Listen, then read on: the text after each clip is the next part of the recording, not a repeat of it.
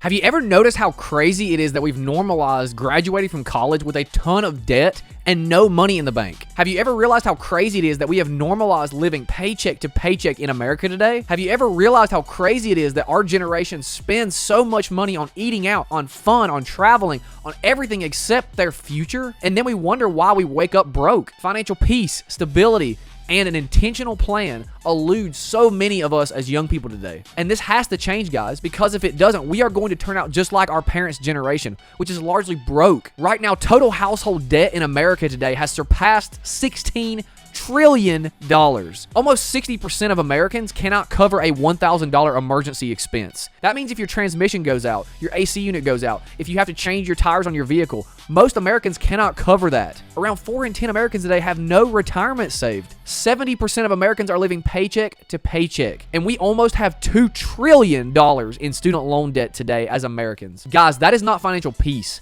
That is financial chaos, ruin, regret, and hopelessness. None of us want that future. None of us want to wake up at 40, 50, 60 with a bunch of debt, nothing safe for retirement, and a lot of regret. And the good news is none of us have to experience that life, guys. We can change our family tree now in our teens, in our young adult years. We can do that by being financially countercultural. Hi, I'm Tori Haas, and welcome to Be Countercultural, where today's cultural lies are countered with unfiltered truth and a bit of Southern charm. In today's video, we're going to talk about how you can be financially countercultural. I'm going to be sharing with you 5 foundations of a financially countercultural young person. These 5 foundations will help you avoid the financial pitfalls of our parents' generation and help you build wealth, give, and achieve the financial life you truly want to live. The first point is be intentional. Back in my teenage years, I was a huge gamer. I loved video games, particularly PlayStation and Sony consoles. In 2013, when E3 announced the launch of the PlayStation 4, I was mesmerized. I had to have a PlayStation 4. I wanted to play all the awesome games, and I wanted to get it on release date in November of 2013. The problem was, I didn't have any money. What was I going to do? Well, I guess I could have tried to borrow the money from my parents. They were not going to let me do that, which was good on their part, because that forced me to go with option 2, which was the worthwhile path. Be intentional. I decided, hey, I've got to have a plan. I've got to work really hard this summer and fall. I've got to save up my money, and I've got to pay cash for this thing if I want to buy it on release date. And that's just what I did. I did every single odd job I could think of. I was disciplined. I stuck my money away. I saved it up. I had a plan, and I stuck to it. And on release date, I got my PlayStation 4. I walked into a GameStop and paid $426 and some change for that PlayStation 4. This experience taught me a very valuable lesson, and that is that if you want to win with money, heck, if you want to win with anything in your life, whether that be dating, whether that be relationships, friendships, whether that be sports, whether that be school, whether that be your career, whatever. If you want to win with anything in life, you have to be intentional. I had a plan in place for how I was going to achieve my goal, and I did. I got my PlayStation 4. The same is true with us today. If you want to win with money, you have to be intentional. Now, what does that mean specifically? That means sticking to a monthly budget every month, tracking your income, your expenses. What am I spending my money on? How much income am I bringing in? Where is this money going? Being very intentional. And if you are doing that, you can achieve your goals much quicker than when you don't have an intentional plan. When you don't have a plan, chaos reigns. You need order with your life. You need order with your money in order to win. And being intentional is the first step in becoming a financially countercultural, financially wise young person. Number 2, delay gratification. Let's go back to my PlayStation story. During that season of life where I had to have an intentional plan and stick to it, I had to save up a lot of money, $426 and some change to be exact. There was a lot of temptation during that time of saving up this money. For instance, when I got to $100, I was like, man, I could buy a camera with this. I could buy another video game for some other console that I have. And when I got to $200, $300 to $400 or more, the temptation to spend this money became more and more powerful over my life. And it tempted me to deviate from my intentional plan. However, I knew what I wanted. I knew I wanted a PlayStation 4.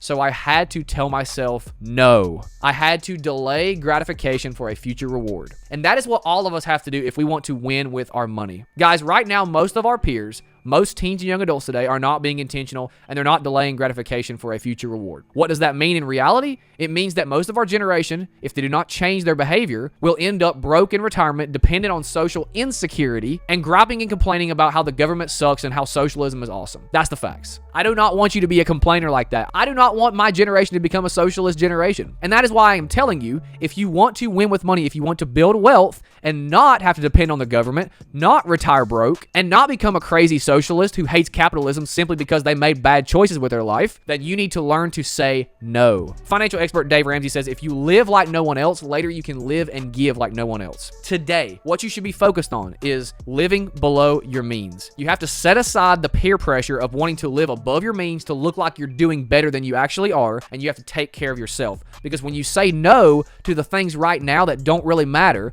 you can say yes to the big things that really do matter, like retiring with dignity, like providing your future wife and children with a peaceful, stable, secure life, a secure future, saving for your kids' college one day, getting to go on awesome vacations with your family because you're not a slave to debt, for example, and you've not blown all your paycheck every month on Starbucks runs and clothing that you don't need. You must learn to say no. That is a habit that you must implement with your budget, with being intentional, if you want to build wealth. Period. Number 3, avoid debt. There are a lot of people on the internet today that tell you that debt is awesome and how you can leverage debt, and it's great. Oh man, I'm going to give you a countercultural view on this because the reality is debt sucks. Let's think about this in a 3-point argument. Number 1, your largest wealth building tool is your income. Number 2, debt steals your largest wealth building tool, which is your income. Because when you have debt, you have to make payments, and those payments are eating up your disposable income in your budget, which prevent you from saving, from investing, from giving, etc., etc.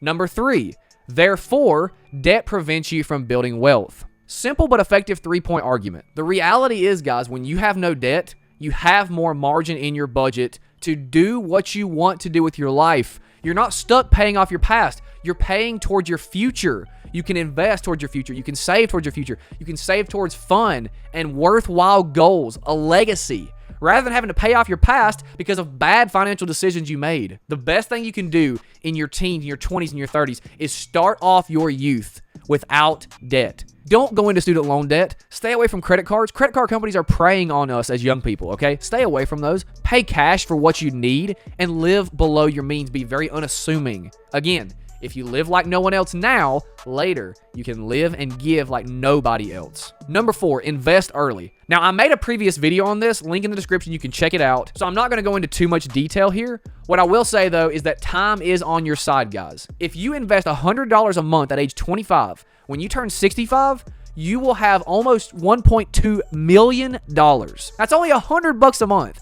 Don't tell me you cannot retire with dignity. But you can't do that if you're not intentional, if you're not delaying gratification, and especially if you are not avoiding debt. Because when you have a lot of debt, when you have payments, you are losing disposable income that could be going towards your future, but instead, it's going to your past. It's going to somebody else. It's building skyscrapers in your local cities. And last but not least, number 5 is give. Guys, one thing our culture often overlooks is that the wealth building journey is not just a financial journey. It's a character building journey. It is about becoming the person that God created us to be. It is about becoming a wise steward of the money He has entrusted us. Because ultimately, guys, it is not our money. God entrusted us with this money. He has given us this money to manage, and it is our duty to manage it wisely, to serve others, to love others, and to grow His kingdom. And giving is the number one way we can mold our heart posture to become more like that type of person that God wants us to be. Giving is the most fun you will ever have with money. When you are a giving person, you are a more content person. You are a more happy person, a joyful person. You love people more. You become more pro-people, and you see people more as God created individuals to love, rather than people to scorn over, to hate, to criticize, to condemn, etc. When you give something as coveted as money is today in our culture, that means something. People stop and think about that. They think, wow, there's something different about this person. They're giving up something as highly valued as money. And giving can also be a challenge because it is so coveted. And I feel that. So if giving is a struggle for you, especially as a young Christian, I get that. It was hard for me too. And it still can be hard for me. And our goal is not perfection, but we want to constantly be working towards becoming a more generous person. What does that mean practically? Well, it might mean just dropping a $1 bill in the offering plate at church. It might just mean buying somebody's lunch once every 2 or 3 months. It may be a very small habit that you must start with and slowly grow your heart posture to become a more generous person. Ultimately, the goal should be becoming 1% better every day on generosity, becoming a more generous person, slowly, gradually molding our heart posture, not because we're trying to get attention, not because we're trying to show how awesome we are, but because we are pro people. Particularly as Christians, we are called to love God, love our neighbor. And generosity is one awesome, amazing way we can do that. Those are the 5 foundations of a financially countercultural you. If you follow these principles, your life will be very difficult. You will build wealth, and this will help move you one step closer towards becoming the young person God made you to be. I hope you enjoyed this video. If you did, like the video, subscribe to my channel. I'm really trying to grow this content to turn the cultural tide and help other young people make wise countercultural decisions. Thank you for your support, guys. We'll see you on the next video, and as always, be countercultural.